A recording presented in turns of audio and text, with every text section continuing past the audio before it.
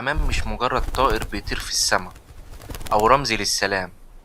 في الحقيقة هو أول شبكة اتصالات طبيعية عرفها الإنسان قبل الإنترنت بآلاف السنين، وكان بيقدر ينقل الرسائل السرية بين الملوك والجيوش بدقة وسرعة، كأنه سيرفر حي بيخزن البيانات ويرجعها في المكان الصح.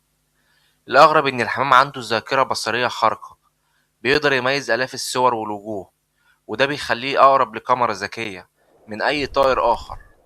كمان عنده قدرات ملاحية، الحمام الزاجل يقدر يحدد موقعه بدقة باستخدام المجال المغناطيسي للأرض والشمس وحتى الروائح، وكأنه مزود بجهاز GPS طبيعي.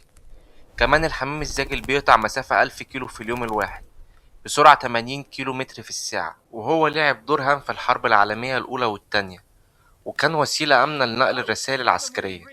وفي حمام حاصل على أوسمة شرف. كمان يوجد أكتر من 300 نوع مختلف من الحمام حول العالم، وفي أوروبا كان بيعتبر الحمام الزاجل ساعي البريد الرسمي قبل اختراع التلغراف. وبعد الدراسات الحديثة بتقول إن الحمام قادر على التعرف على الكلمات المكتوبة والتمييز بين أنماط مختلفة من اللغة.